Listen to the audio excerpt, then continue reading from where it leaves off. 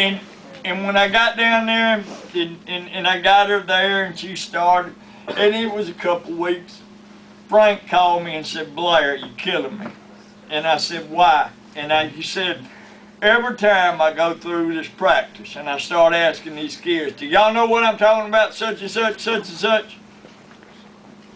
And he said, everybody just looked like they were dumbfounded. And he said, and then Becky had raised her hand up like, I know. And he said, after about the 10th time that she knew that nobody else knew, he said, well, why don't you just run practice? And he said, I just sat down, and he said, you know, she did a damn good job of running it. He said, but I will swear to you, you were right about being the smartest.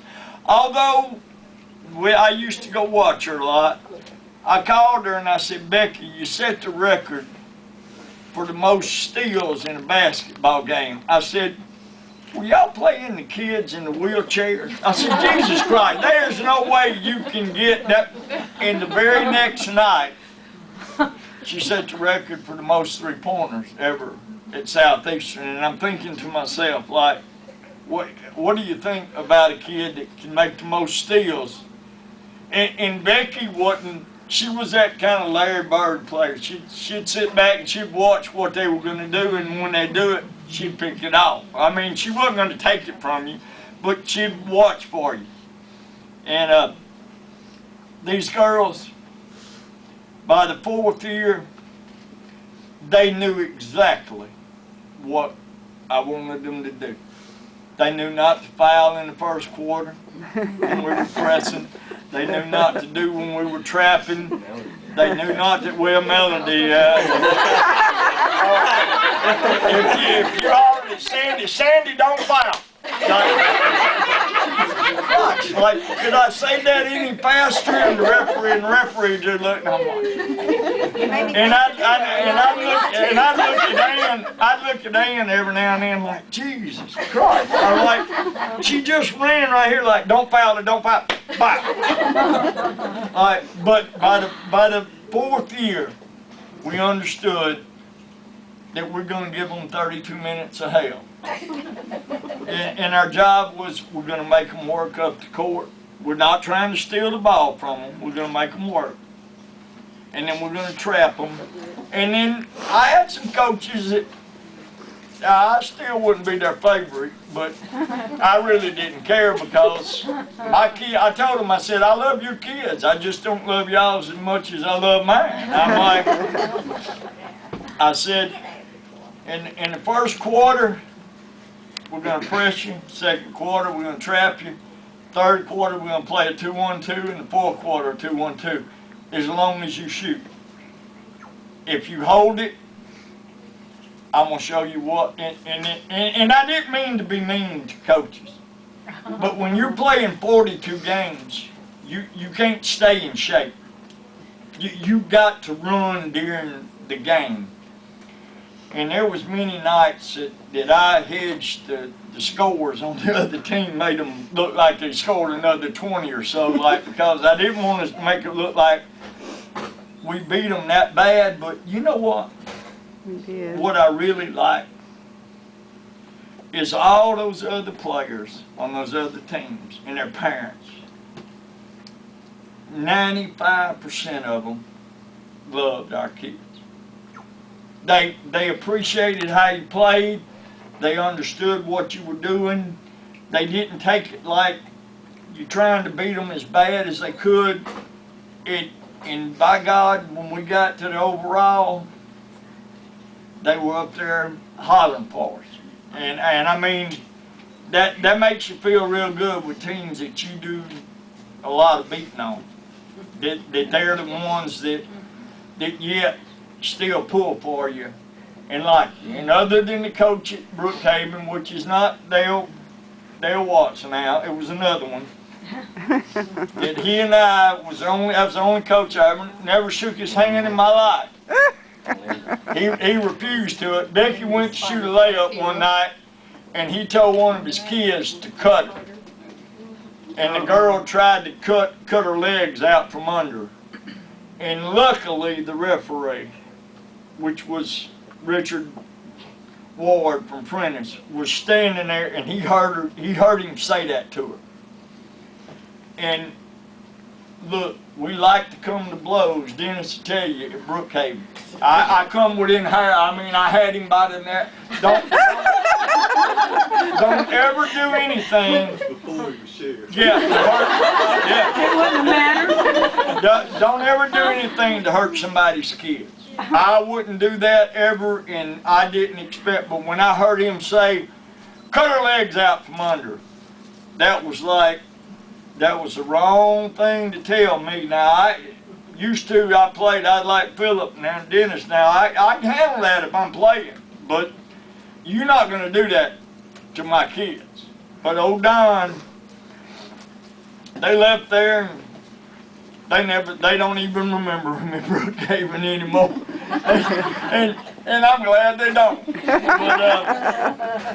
But look, thank y'all. You don't know how much this means to me, but really, to these girls and these parents, all of what was said was true. I mean, it was a lot of work, but I was the one doing the whistling, and they were the one doing the running. So I really wasn't. I mean, it was work. It was, but God knows I had some boys. I got Clay Crow and Vance Rogers and James Richardson, that them boys, they deserved to be on the state championship team. I had to have them practice against these girls right here. And these Crosby girls would beat them about half to death. And then our poor Marilyn Richardson, I remember Miss Marilyn would come up here and say, "Duane, I can't get James to pick his socks up off the floor. And I come up here and you got him sweeping. Like he's mopping floors and stuff before the game. Like, can you tell me what I said?" And I said, "Yeah, but I said, I'm going to tell you later, if it's all right with you." And Mr. Richardson, he used to just shake his head. But I had some good kids. And I tell you, old Mac, there was times that you wanted to pinch Mac King's head off. But most of the time with Mac, you'd turn around and everything was an acting job. Like coaching is an act. I mean, like you can act like you're mad to everything. When you turn around, it's just smiling and you forget it. But Mac, God, he could press your buttons as much as anybody I ever saw. But Mac, but I always, my favorite story about Darren. What you gonna say about that? Yeah. I have an answer for that. I met him the other day and he remembers me. Well, that's right. To this day. Van Chancellor is the coach at the LSU women's basketball team right now. And Van coached Ole Miss for years. And then he went to the Houston Comets. In the first 4 years they had the WNBA, they won the dang national championship the first 4 years. Well, Mac and them got to picking on Darren one night because Susan Bird was a big girl that they were looking at, and they were watching us play that night. And they came down there. Well, Darren got in the stands, and Coach Chancellor sat down, him and another of his assistants, and he said, "Excuse me, son." He said, you would Bowling Green," because he had seen us come off the sideline. Well, Mac and them had got to pulling on Darren like, "Look, this guy, he think he's gonna tell you he's the Ole Miss Rebels ladies coach." And Darren don't know. I mean, you know, he's like, Darren just kind of looking up there, and the guy said, I'm Van Chancellor." He said, "I'm from the Ole Miss Lady Rebels." And Darren looked at him like, you know, like ninth grader, smart ass, you know, to a kid. And he looked around at the guy and he said, "Yeah, and I'm Dale Brown." and he shook his hand. And look, I went downstairs and they had the TV thing. They did it right in Mississippi. They did. They covered you right. The Clarion Ledger and the TV in Jackson and stuff. But I never forgot, so funny. I came out of the hospitality room and I said, "Hey, Coach Chancellor," and I shook his hand. And Darren just showed up and he looked like white as a sheet, like behind him. Like, you know, he always was dressed nice, you know, had a coat and a tie on. And he looked and I said, "Hey, Coach Chancellor." He said, "Boy," he said, "I tell you what," he said, y'all did a job on Susan Bird. He said, "That's the closest I've ever seen anybody to beating her." That's when I let Melanie Pierce go to the beauty pageant. Little did I know that we were going to get 3 fouls on Susan Bird right off the bat.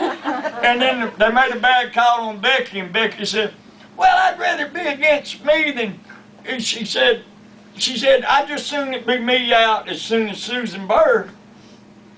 And I looked at her and I said, "Becky, I take 10 of you before I take 1 of Susan Bird. Like, I don't need you sitting over here telling me that." Well, at the end of the game, Susan Bird wound up scoring 7 points. The only time she scored under 20 in her career in high school. And she started every game from the 8th grade and made all SEC 3 years and played in pro. And that was the game, and he was complimenting us on doing so good. And when I said, "Do you know my manager?" and he said, "Oh, I've already met Dale Brown." And I'm like, I didn't have any idea what he said, but I knew this look on Darren's face was like, "Oh hell, whatever he said, what he needed to say." And 5 years later, we was fishing, and he said, "He'll remember you one day." Yeah, look, we were out fishing one day, and we had the out there, and we had the TV on, and we were just watching women's basketball out in the Chandelier Islands, fishing, and we had it plugged in, and Coach Chancellor was watching, was coaching, and they were running up down the court, and this was the final game. And I told Bobby Southern, who was my attorney, who since has been killed in a plane crash. He was a great friend of mine. But I said, "Bobby," I said, "you see that guy right there?" And he looked and he said, "Yeah." He said, "Isn't that?" I said, "That's Coach Chancellor." He said, "Yeah." He said, "You know him?" I said, "Well, let's put it like this. He may not remember who I am, but he damn sure remembers who Dale Brown was back there." I said, "I can promise you that." And that was always funny. I can tell you, 2 years ago at the LSU baseball game, he sat down. He come sit in the stands, and I told him I followed. I said, "I gotta go say something." I walked down to him and I said, "Coach Chancellor." He says, "I don't remember what happened yesterday." I said, "Well, just hold on."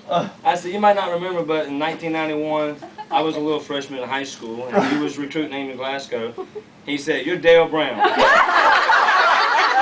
I said, "Yes, sir." He said, "What you do now?" I said, "I'm a cop." He said, "Good, I'm going to tell him I know Dale Brown."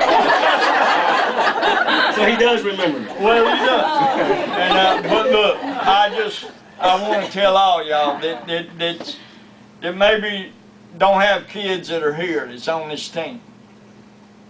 It was a pleasure and an honor to coach these kids and to hear what they've accomplished since. That's more than winning in ball play. That life is more than basketball, but I kind of made it that way because my coach made it that way. But and he always made you think of what was important.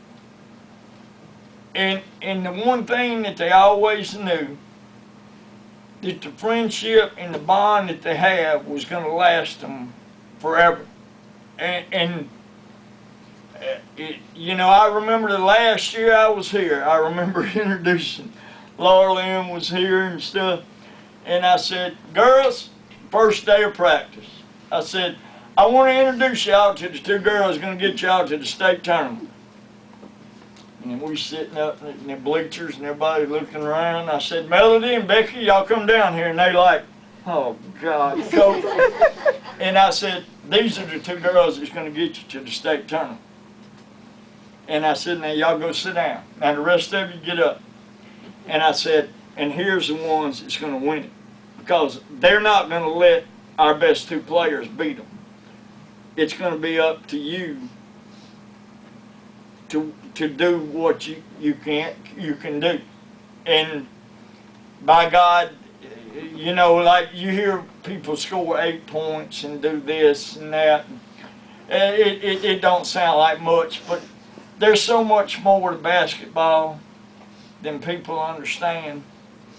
But I tell you what, when I saw Becky out there trying to push a rowboat, trying to get Katrina, I'm thinking like, oh my God, what in the world have I got into now? I'm gonna have to send somebody down there and get some dang deputies down there to go row a boat down to find her eggs falling. And all I really needed was Melody like saying, Coach Blair, we need to send some help down here. And I said, well, that'd be it. But thank y'all, and I appreciate it. Let me ask you a question while everybody here. What was the call on that night Becky shot the ball on that backboard? Oh, I remember I know what happened. So I threw it in, or somebody threw it into Becky and took off down the court. They weren't pressing. Becky, for some reason, picked up her dribble at the free throw line. Like, she didn't go to the half-court line, and nobody would come back and help her. So she turned around and shot it at the wrong goal, got her own rebound, took off down the And the referee looked, and the other coach was hollering like, that's double dribble. And the referee looked at me, and I said, not in my rule book, you know. And I said, she hit the backboard. I said, hey, Becky turned around and it was like, she dribbled it and there wasn't nobody to throw it to, so she just turned around like, threw it off her own backboard and got the rebound and then took off down the court. And there's Emily who didn't want to run to be on the Well, I would like to say something right quick, Coach Blair. I like Daddy, you know, Coach Blair was like the best basketball coach ever, you know. And but there were many days that our daddy took us in the backyard, and I mean we would have to, you know, shoot, beat ourselves, right? Yeah. We played many. I mean, me and Becky were getting fist fights in the backyard with each other, right? And, you know, behind a basketball game. Yeah, I know. I was in the middle of those. And get 2 Crosby girls put on boxing gloves with me. I'm like, this ain't working. But Daddy was the one that actually, he would tell us, you know, you always want to think about stuff. You know, because if you get in that situation, your mind has already thought about it, you know. And he would tell us little pointers about this or that. And he actually told us, if you ever get in a situation and you don't have anybody to throw it to and you can't dribble it, throw it off your take it and put it up against the backboard and then start going. And he actually told us to do that. And then Becky got the opportunity. The game I did it at was the only game he wasn't at. And the referee looked at me like, don't look at me, I didn't tell him to do it. I mean, it was like, Well, I don't know if y'all know it, but the night y'all won the state championship game, he was so sure y'all was going to win. If you remember the old white van you'd always ride in, he had Darren back there and he says, now son, this is my bag here. When the game is over, bring it to me because they're going to wet me because we're going to win this game. And I've got my clean clothes. And this is this. He had it lined up in the back end of that white van, so he knew y'all were going to win that game. we had 9 girls playing. And there was me as a coach, 10. And I remember saying before the game, and I mean, y'all remember, there's 5,000 people in that gym. I'm talking about you couldn't breathe. I mean, that's real high school basketball. And most of them up there wanted us to beat JA because they hated them. I mean, but it didn't matter to me. But I told them a little story. I said, girls, there's 11 people thinks that we're going to win this ball game. I said, there's 9 of you players and there's me. Does anybody else know who number 11 is? And Becky raised her hand and said, Jesus. And I said, no. I I said, he already knows what the score is. I said, Coach Sojourner. And Jan's the best coach I ever coached against, boys or girls, at JA. And I admired her, and she loved these bunch of girls like she loved her own. But Jan, they had won 37 straight games. They were 38 and 1. And the last game they beat us, Sam Shillings. Here's my line. We lost to JA on January the 4th. You know, when you go up there and you're good, they put you on the loaded side of the bracket with everybody. And then when you get through winning, you get them in the finals. On their home court. Well, that's sure enough what happened. Well, we had JA on and off. And in the fourth quarter, we stopped what they were doing, and this one little girl just got so hot. Megan Brown killed us. She made 15 points in the fourth quarter, and she was 10th grade. And I'm looking out there, and I'm thinking, we're shutting down what they wanted to do. You know, but like, she's open on the other side of the lane, and every time they're giving it to her, she's making it. Well, old Sam made a beeline down to the court, and he said, Coach, I believe we could have won that game. You could have put Sandy or Kim on that girl, and he said we could have stopped her. You remember that? And I said, Sam, when we see her the next time, I know how to stop her. But and he looked at me and I said, but it won't be for no tournament title. It'll be for all the marbles if everything goes right. It was funny how you had to win and everything had to fall right in the bracket for us to do that. But sure enough, at the end of the game, Sojourner walked to me after all the. She leaned over and told me, whispered in my ear. She said, "I tried to tell them all week that y'all were like a rattlesnake, that y'all were coming, and they better be worried about you." And I looked at her and I said, Jan, you won 37 straight and beat us. Mine wouldn't have been listening to me either. And I mean, I didn't mean that bad. I just meant like you just can't get their attention. Although Melody, I will say this. At the end of the game, we had a 2-point lead. And they fouled Melody. And she went to the line to shoot 1-and-1. And, you know, usually you don't call timeout to freeze your shooter. Well, Sojourner called timeout. Melody goes to the line and makes a free throw. Well, we go up by 3. Well, there's still like 8 seconds left in the game. And I look out there and Kim and Sandy's jumping up and down like right by each other at half court. And I'm like, you know, it dawned on me at the moment like, time out. And I called time. And I said, Melody, go sit down there. And Melody said, what? I said, go sit in that chair. And she sat down and I said, girls, all of us understand one thing. If she makes it, we all understand about one thing. We jump up and down and holler, we won, and get out of their way.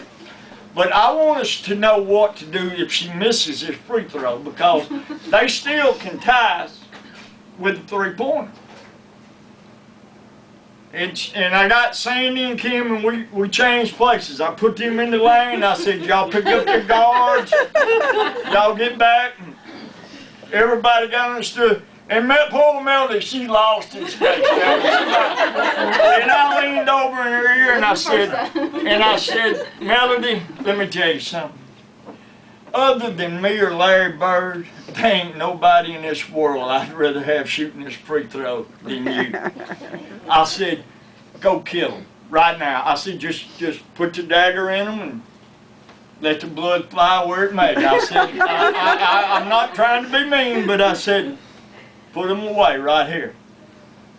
And Melody got up like, okay.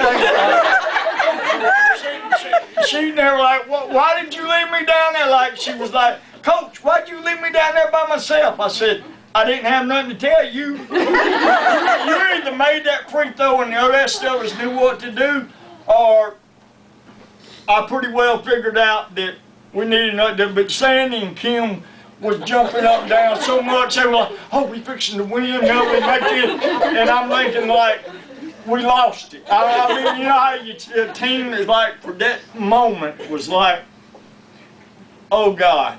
Yeah, like, do not let us miss this free throw. Not that I thought Melody would, but I was like, I can see us rimming this out and them going down and hitting a three at the horn and tying this up. And, but Melody at the end of the game was like, Coach, why'd you make me sit down there by myself? I'm like, it don't matter, Melody. I said, just remember me and Larry Bird and you. That's all that matters. And, but I love all y'all and thank you so much. You don't know what it means to me. So you made the point, Melody. And Melody made it like anybody was gonna like everybody knew she would. Obviously, I remember there's some things we can eat before games. Dwayne. Ice cream. Dwayne. Yep. I think back in my life, that folks that made the impression on me was my parents and my coaches. And I'll always appreciate you because you left your footprint on it. Well, thank you. And you did us proud. My coach, Robert Vance, who's still alive and 90 years old, and called me this afternoon, and Ann called him, and he's as spry as he was the day he coached at Pine. But we'll And he did the same thing, Philip, to me. He left that impression on me, and that was what I was supposed to do for other people. Well, I'll always appreciate you because you did it right. You did it right.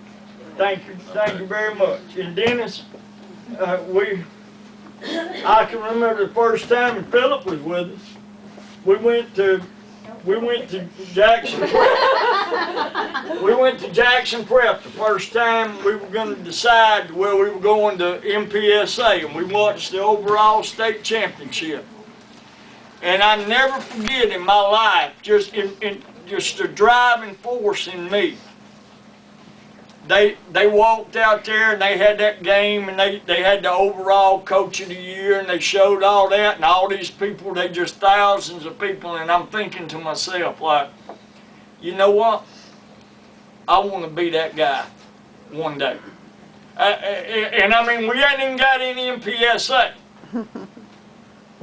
And God bless Lewis. He damn sure don't want to be back for football, but when you got in basketball, they people look at you and they look at that record now and they, you know, but that was some real basketball.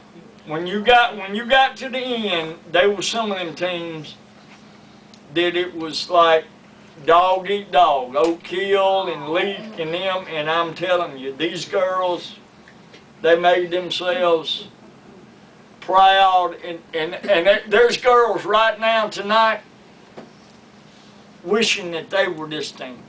I'm telling you, I really do, because they're like, my daddy was alive then, and old Bill Durden, and all of, and I'll never forget my daddy and Joe Hutchinson, a couple of them, he'd look down there and he'd look at the other end when we was playing JA, and he'd say, and my daddy always would call me Redhead. He said, Redhead, I kept looking down there, and he said, they seemed like there was about 30 of them, and there wasn't but like about 8 or 9 of y'all. And he said, I just couldn't figure out how y'all thought y'all were really going to win. And Dennis and Bill will tell you the best. We played on Tuesday night. And that after we came back from Senatobia, and we played the worst team we played in all 3 tournaments when we played a little team from Humphreys Academy. And they were the AAA third place team, and we played them on Tuesday night. But I knew what was going to happen to us. We had won the district championship. The next week we won the South State. The next week we went to Senatobia. And I knew we were just emotionally spent. And I was like, and the one guy that's not here that I didn't think about is Johnny Daniel. No, he was supposed to come. Johnny, Laura Lynn, remember this. We got the ball with 7 seconds left in the game, and that other team had us beat the whole game. We were 1 point behind them. We had never been ahead of them. And I was like, Jesus Christ, this is the worst thing. But I wasn't upset with my girls. It was just like we would give out. And Johnny sat there, and I said, and God, Barney will love this about Melody. We set the play up at half court. And I said, I want all 3 of y'all to line up across the court. And Becky, you get in the back court. And when Laura Lynn slaps the ball, all 3 of y'all take off towards their goal. And I said, Becky, you just drift between them. And I said, Laura Lynn, you lead her just far enough. I said, they matched up man to man. They should have never done that. Well, as anybody could tell you, when they slapped the ball, everybody went where they were supposed to except Melody. She broke back, and Melody takes a step, and then she decides, oh, I can outrun this girl that I got guarding me to the other end. And Laura Lynn standing by me like, and like, oh God, like, you know, I mean, there was a step or two, but it was like you was going to have to be Brett Favre here to make this back. And Melody's supposed to be going the other way anyway. And I hollered, time out, time out, time out, time out. Well, the referee we just happened to have one more. And the referee gave us another timeout. And I turned around, and Johnny Daniel was sitting right there. And I leaned over at Johnny and I said, did he see what we did? And he looked up at me, and Johnny said, he ain't got a damn clue. I don't mean to mean that the coach didn't know what he was doing. But we went back over that again. And Melody had her instructions down pretty right. She said, you go that way. Do not change your plans at any time. And Laura Lynn slapped the ball. Everybody went and they followed them, and Melody and Becky drifted right through them. Laura Lynn led her perfect down there. She makes a layup. We win by 1.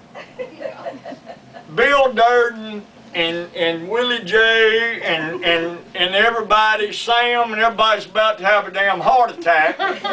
And this is on a Tuesday night. And this is the worst team they've seen us play.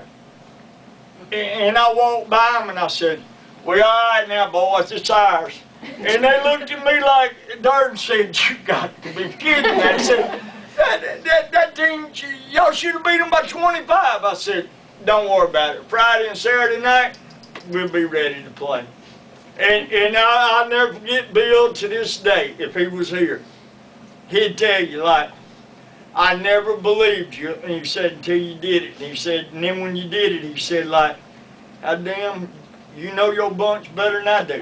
He said, I said, we were just too tired to play. I said, that travel gets you. I don't care what you do. In Senatobia, people don't know where Senatobia is. If you get to Memphis, you turn around and come back and catch the next exit. And that was 3 games. And you know what? I brought a little thing and I left it over there. And I never really realized this for years. But we won a game against East Holmes on a Friday night in a semifinal game that we made every point in the 4th quarter at the free throw line. We did not make a field goal. And their coach come to me and said, Coach Blair, he said, I'm not going to hurt you girls, but he said they were down like 15 or 20. You know, the only chance they had was to to foul us and try to make threes. And I said, Coach, I don't blame him. Long as you're not slapping or hurting my girls, that's fine. And we made 19 straight free throws in the fourth quarter. And I said, as long as I played ball and done it, you know, maybe in Little League or something, but 8-minute quarters, and you make every point at the free throw line, you pretty well done something. And that was